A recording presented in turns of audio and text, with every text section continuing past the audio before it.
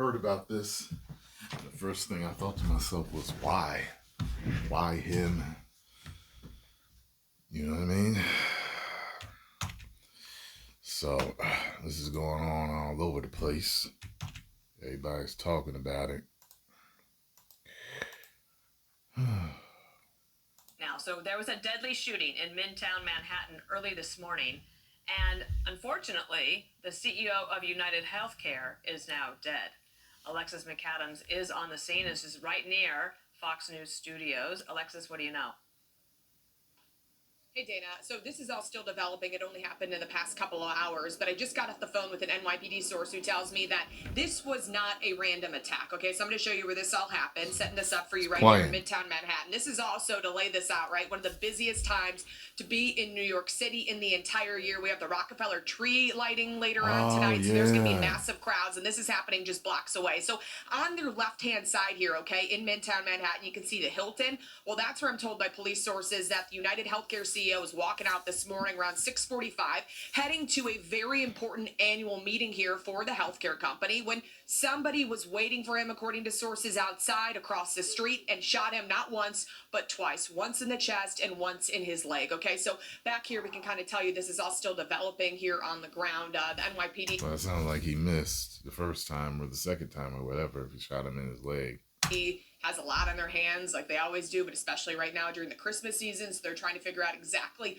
what played out here. We're hearing they're going to hold a press conference here in the next hour What's and happening? a half, Dana, to try and calm some fears, because when people are watching at home, whether you're in New York City and you live here or you're visiting and you hear that there was a shooting where a man was killed walking outside of a hotel, they want to know, is that suspect still on the loose? Right now we don't have that information on that suspect specifically or who they're looking for, but I'm told that he had a mask on and gloves, and they believe he was waiting for that healthcare CEO to step out of the way again. So we can kind of zoom in here as this is all still developing too. On your screen you can see that police tape. I'm not,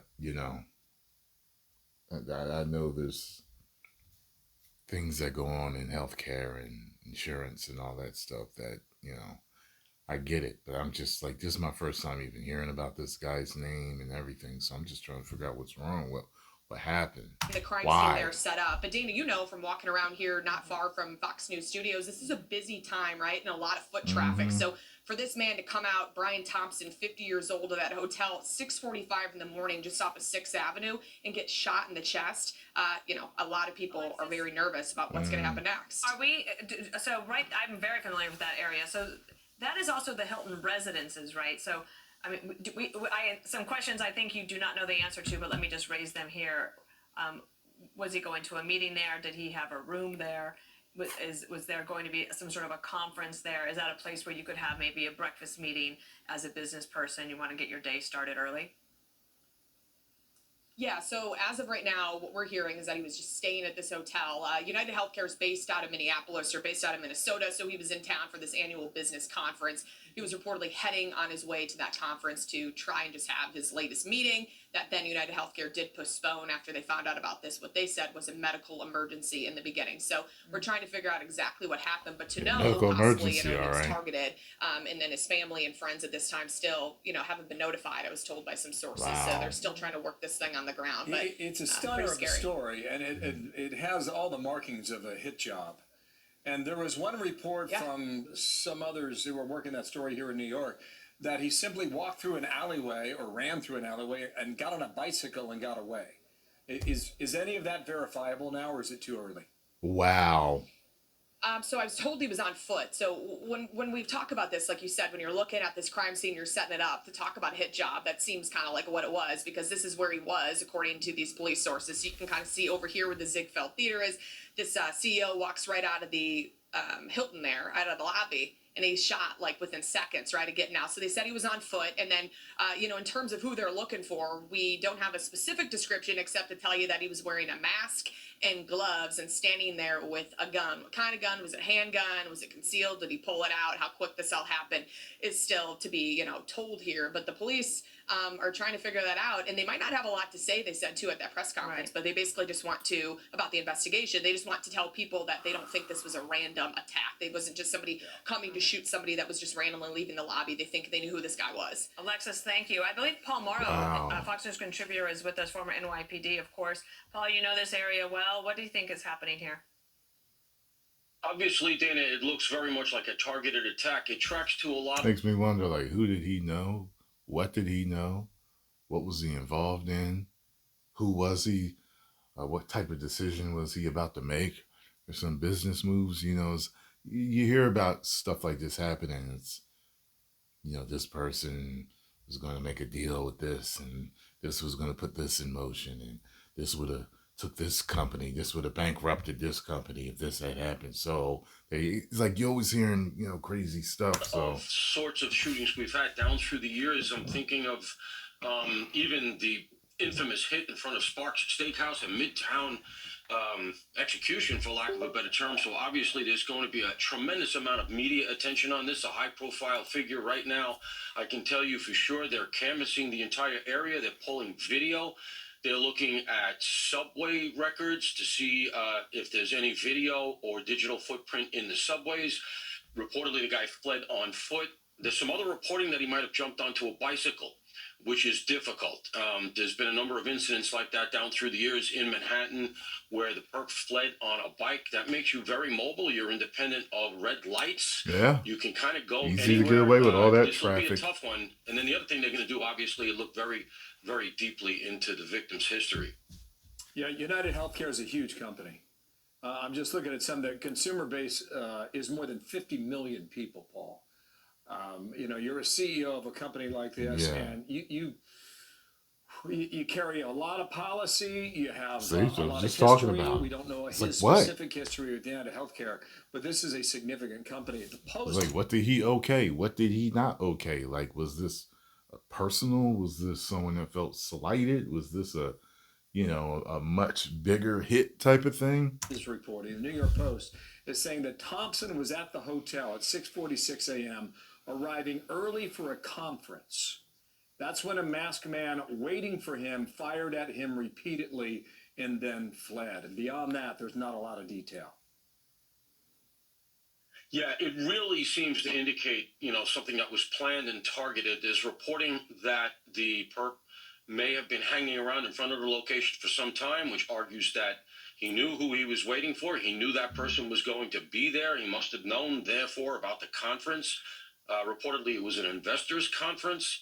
So at the same time, again, as they are looking around on the streets and through video, etc., they're going to be scraping very hard at his life, getting a hold of his loved ones, family, etc., to try to figure out, did he have a dispute? And obviously talking to other people in the company. Sounds because, like as they you don't say, have a clue. very large company, an insurance company that potentially imports all sorts of motives, but we have to reserve judgment because we, you know, right now we just don't know. And of course, that's what detectives are going to do. They're going to have a very open mind, but they're definitely going to be following, you know, the route of a motive here, because this does look very, very planned. And obviously the shooter had a plan to get away. And Paul, we'll let you go for a moment, but I do wonder, a CEO at that level, would they have had security of their own? And certainly the conference would have had security. You have a thought on that, Paul? Yeah, it's surprising because if you think about it, had he been getting threats or something like that, Yeah, he very well might have considered having security. But arriving that early for a conference, looks like his guard was down. There's no report that anybody tried to return fire or get in the way, so it looks like he was taken unawares. Paul Morrow, thank you for jumping on with us this morning. We'll get back to you as needed throughout the day. We are hearing an 11:30 a.m. press conference on behalf of the NYPD, so that's 90 minutes away, and we'll track that for you when it begins. And I want to bring in Nicole Parker, former FBI special agent and Fox News contributor now. Nicole, you were with me the last few seconds of the Faulkner Focus. Break down what we didn't get to that was so critical to you, because your first words out of that news conference were that it was just chock full of information. I did. I thought it was an outstanding press conference. And a few of the things that I noted, to me as an investigator, the number one thing is that they were able to recover a cell phone. A cell phone is a treasure trove of information. As far as the text messages, who they were communicating with, who their contacts were, who they were calling. Did they mean to drop it or no? Locating where that phone I tell you this, if they didn't mean to drop it, hell yeah, that's a wealth of info. was leading up to this incident. This is not a random attack. I can tell you this is more of like an assassination attempt. There was a pre-planned motive definitely here. Ooh. I don't know who the individual was. Was this a hitman? Was this someone who was disgruntled? But there is no coincidence here. This is a high-level executive in a very prestigious setting of New York City. And the individual, the CEO or the executive who was killed, he came from Minnesota. Who had access to his schedule? How many people knew where he was going to be? Was this conference online? Was it advertised? Was it on the internet? Who knew all of this information? Had he had an issue with someone, a disgruntled employee, a grievance, a personal relationship issue, all of this is going to be dealt through by law enforcement, both in Minnesota and in New York with the NYPD. So it's going to be a joint investigation because they are going to want to understand what is his history. Obviously, they're looking into his social media accounts, interviewing loved ones, family members, employees. But this is a all hands on deck issue. Another thing that I thought was interesting was when they said that the bike, I believe that they said that there are GPS devices on those bikes. And that is very, very crucial information and detail. He likely had planned this, obviously, and planned to walk away. He probably knew exactly where that bike docking station was, got the bike, and then went off. As we mentioned in another guest, Central Park, maybe not as much surveillance footage is going to be able to be located from that area, and obviously many places to hide in that backpack. What was in that backpack? We all know as investigators that the suspects usually are in one set of clothing, and within moments, they have changed their entire persona. And that's probably what was in that backpack, so he can now just roam around New York City. But again, NYPD is the best and the brightest, and this individual will be brought to justice, I have no doubt. Well, and roam around in a city where we just found out that we have 58,000 extra criminals on the ground here because we've let in so many illegals, and that was a number that popped less than 48 hours ago. And among them are some vicious, violent murderers.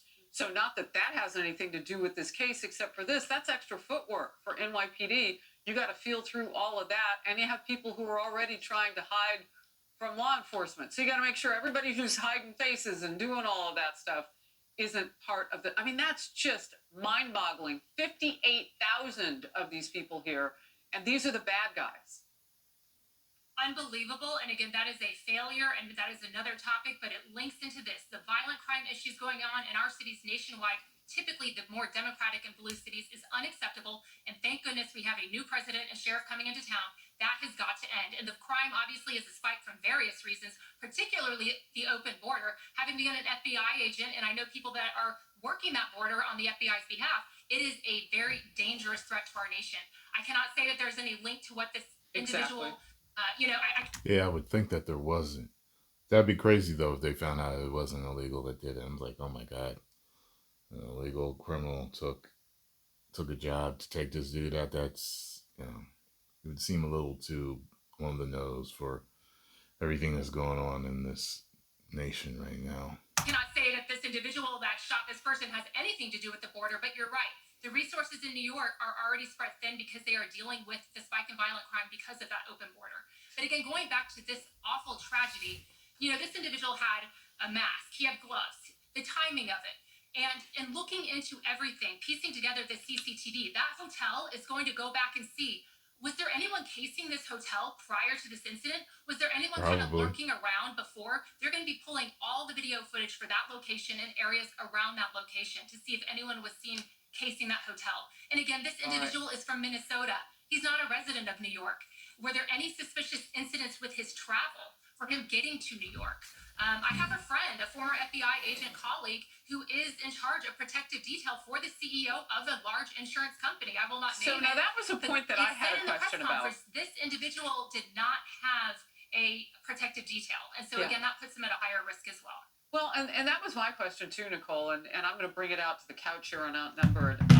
I just don't understand why someone at that high level wouldn't have had a security detail. That's actually... Probably didn't need it. You know what I'm saying? Like, how many times do you hear about a health insurance CEO getting taken out? But I don't know. The exception to how people roll a lot now. I mean, they roll deep with lots of people around them protecting them. CEOs of companies that we've never heard of, let alone UnitedHealthcare. All right, I'm going to let you go for now. We'll bring you back as this news develops. Thank you. We bring in Ted Williams, former DC homicide detective and Fox News contributor. Ted, welcome. This is obviously a tragic day for his family. He has 2 young children, and his wife had said this, Ted, earlier today. She said, quote, there had been some threats. She said, I just know that he said there were some people that had been threatening him. I can't really give a thoughtful response right now. I just found this out, and I'm trying to console my children. I mean, this poor woman had to have been in shock. But wow. that is a significant So piece he had of been getting information threats to begin with here, Ted. Yes, it is, Martha. And I got to tell you, what a tragedy. But everyone is saying that it was targeted, and I am echoing the same thing. When you see the gunman, there's a lot that you learn about this gunman. First of all, you can see that he is right-handed, that he does use his left hand to support that gun.